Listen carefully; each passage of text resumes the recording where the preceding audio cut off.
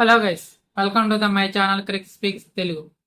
ఈరోజు మన యొక్క వీడియోలో ఎవరైతే నా యొక్క షార్ట్ వీడియో చూసి నా యొక్క ఫుల్ వీడియో చూడడానికి వచ్చారో వాళ్ళు కామెంట్లో ఎస్ అని కామెంట్ చేయండి. అలాగే నా షార్ట్ వీడియోలో చెప్పినట్టు T20 ఫార్మాట్ ఇంతవరకు ఆడిన ప్లేయర్, వెస్టిండీస్ చెందిన ప్లేయర్ క్రైగ్ బ్రెత్వైట్. దీని గురించి మనం తెలుసుకుందాం. అలాగే వీడియోలోకి వెళ్ళే ముందు ఎవరైతే నా ఛానల్ ఫస్ట్ టైం చూస్తున్నారో వాళ్ళు లైక్ చేయండి, అలాగే షేర్ చేయండి, సబ్స్క్రైబ్ చేయండి, పక్కన ఉన్న బెల్ ఐకాన్ ఆన్ చేయండి. ఫర్దర్గా నా యొక్క వీడియోస్ మీకు నోటిఫికేషన్ రావాలంటే ఉపయోగపడుతుంది. ఇంకా లేట్ చేయకుండా టాపిక్లోకి వెళ్ళిపోదాం. Let's starts our video. Craig Brathwaite ఈయన వెస్టిండీస్ చెందిన బార్బడోస్ కంట్రీకి సంబంధించిన ప్లేయర్. ముందుగా వెస్టిండీస్ గురించి మనం తెలుసుకుందాం. West Indies cricket board West Indies cricket board అనేది మన ఇండియా లాగా సింగిల్ బోర్డ్ అయితే కాదు. ఒక మిక్స్డ్ ఆఫ్ ఐలాండ్స్ కలిపితేనే అది ఒక కంట్రీ అయ్యింది. అలాగే ఆ అన్ని ఐలాండ్స్ కలిపితేనే అది ఒక బోర్డుగా వెస్టిండీస్ అనే క్రికెట్ బోర్డుగా ఏర్పడింది. అంటే ఐలాండ్స్ ఒక 6-7 ఐలాండ్స్ కలిపితే వెస్టిండీస్ అయింది. వాటిలో బార్బడోస్, అలాగే యాంటిగువా, జమైకా, ఇలా వివిధ రకాలైన ఐలాండ్స్ ఉండటం వల్ల అది మొత్తాన్ని కలిపి అది ఒక వెస్టిండీస్ బోర్డుగా ఏర్పడింది. సో బార్బడోస్ చెందిన ఈ యొక్క ప్లేయర్ క్రైగ్ బ్రెత్వైట్. ఈయన starting career under nineteen world cup జూనియర్స్లో అతను కెరీర్ని స్టార్ట్ చేశాడు. 2010 అండర్-19 వరల్డ్ కప్కి వెస్టిండీస్ తరఫున అతను కెప్టెన్గా కూడా చేశాడు. సో ఎప్పుడైతే అండర్-19 వరల్డ్ కప్ కెప్టెన్గా చేశాడో అతని యొక్క వరల్డ్ కప్లో అతని యొక్క టాలెంట్ని నిరూపించుకొని ఎప్పుడైతే 2011 వెస్టిండీస్కి టెస్ట్లో డెబ్యూ చేశాడు. అంటే అప్పటికి వెస్టిండీస్కి సరైన టెస్ట్ ఓపెనర్ లేడు.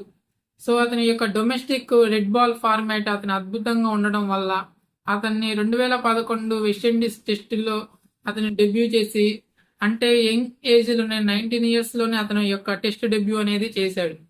సో ఎప్పుడైతే అతను టెస్ట్ డెబ్యూ చేశాడో అప్పటి నుంచి అతని యొక్క స్థానాన్ని స్టాండర్డ్గా నిలబెట్టుకున్నాడు. అలాగే అతని యొక్క కెరీర్ కూడా ఎగుడుదిగులుగా జరిగింది. అంతగా బీభత్సంగా అయితే అతని కెరీర్ అయితే సాగలేదు. అప్ అండ్ డౌన్స్ అనేది ప్రతి క్రికెటర్లో ఉంటుంది. బట్ ఇతని కెరీర్లో కూడా అప్ అండ్ డౌన్స్ అనేది ఎక్కువ ఉన్నాయి. వెస్టిండీస్ ప్లేయర్స్ యూజువల్లీ ఎక్కువగా టెస్ట్ ఫార్మాట్ బాగా ఆడే ప్లేయర్స్ వాళ్ళు ఇప్పుడు కాదు, ఒకప్పటి West Indies players. But present generation of test cricket అనేది వెస్టిండీస్ ప్లేయర్స్ అంతగా పెద్దగా పట్టించుకోవట్లేదు. కానీ ఇతను మాత్రం ఆ యొక్క రెడ్ బాల్ ఫార్మాట్ని నమ్ముకొని ఇప్పటికీ అదే ఫార్మాట్ ఆడుతున్నాడు. ఒక్కటంటే ఒక్క T20 ఇంటర్నేషనల్ ఆడలేదు. అలాగే వాళ్ళ యొక్క డొమెస్టిక్ లీగ్ అయిన కరీబియన్ ప్రీమియర్ లీగ్ కానీ, IPL లీగ్ కానీ, ఇతర ఇంటర్నేషనల్ లీగ్స్ కానీ అతను ఎప్పుడు ఆడలేదు. ఓన్లీ టెస్ట్ ఫార్మాటే అతను ఆడుతూ ఉన్నాడు.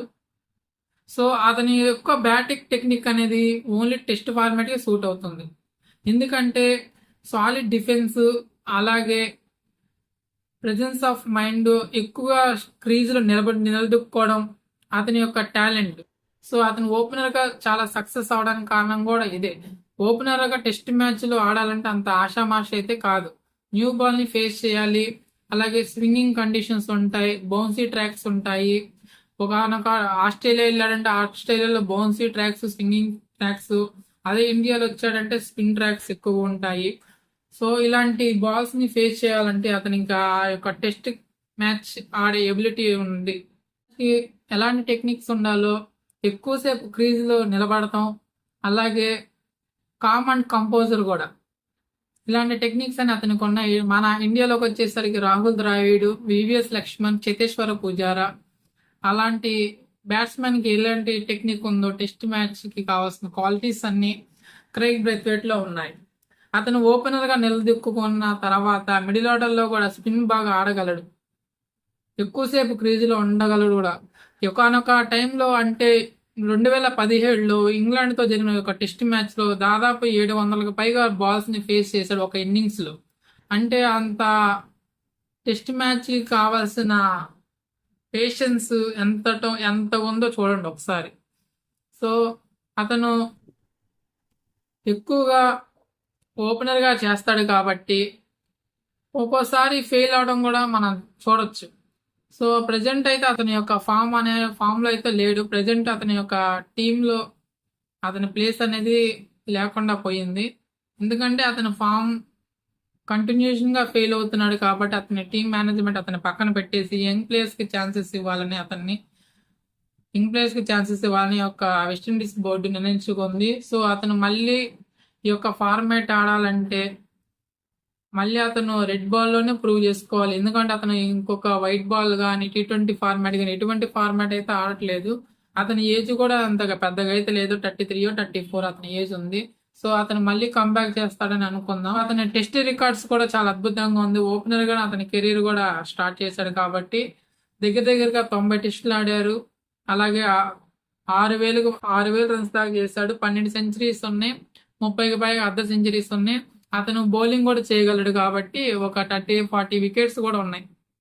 అతను కెప్టెన్సీ కూడా చేశాడు. పెద్దగా సక్సెస్ కాలేదు. సో వెస్టిండీస్ క్రికెట్ బోర్డు అతన్ని మళ్ళీ ఆడమని ఏమైనా చెప్తే లేదా అతనికి మళ్ళీ ఛాన్సెస్ ఇస్తే అతను కూడా అతని యొక్క టాలెంట్ నిరూపించుకుంటే మళ్ళీ టీంలోకి వస్తాడు. లేదంటే ఇంకా అట్లానే తన కెరీర్ ఎండ్ అయిపోతుందని అనుకోవడంలో ఎటువంటి సందేహం లేదు. సో ఇష్టమైన టెస్ట్ బ్యాట్స్మెన్ ఎవరు మీరు కామెంట్ చేయండి. సో అలాగే నా యొక్క వీడియో నచ్చినైతే లైక్ చేయండి, అలాగే షేర్ చేయండి. Thank you. బాయ్.